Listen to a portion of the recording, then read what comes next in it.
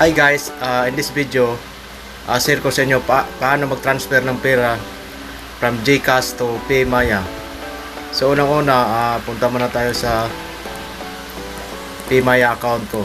So check natin yung balance. So yung laman niya 179.39. So papasahan ko siya ng pera galing sa GCash ko. So punta tayo sa GCash ko.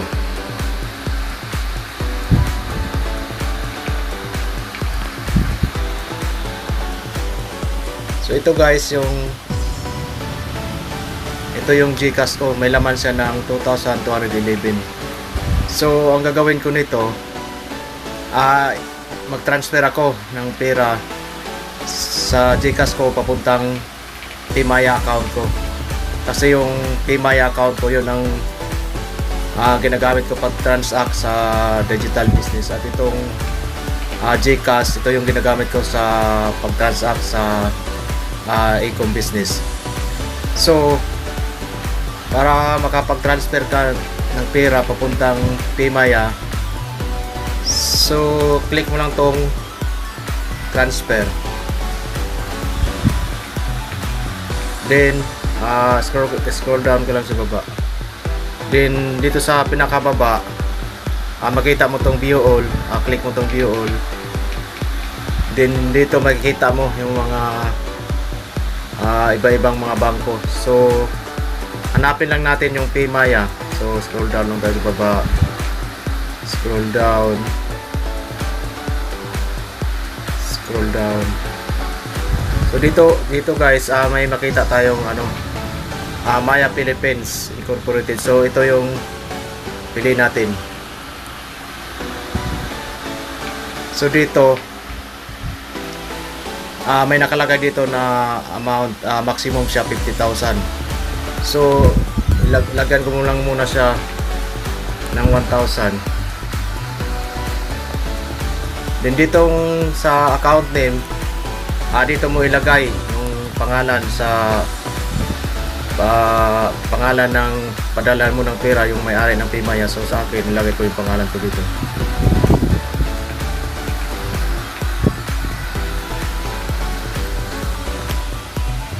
Then scroll down dito sa account number, dito mo ilagay yung 11 digit ng PayMaya number sa padalhan mo, yung cellphone number na ginamit mo sa pag-enroll ng PayMaya. So sa akin,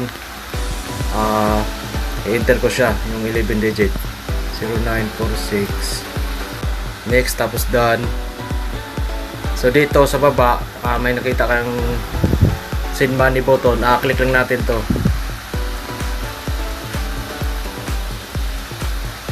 So dito sa pinakababa, so dito i-review mo muna kung tama yung mga details na nailagay mo.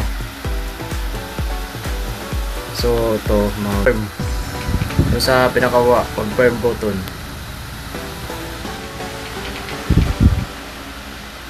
So yun na guys, at transfer is being processed. So yung laman ng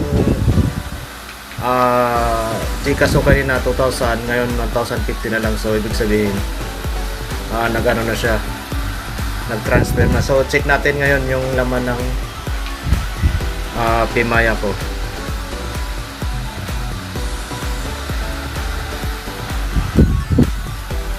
So I guess password.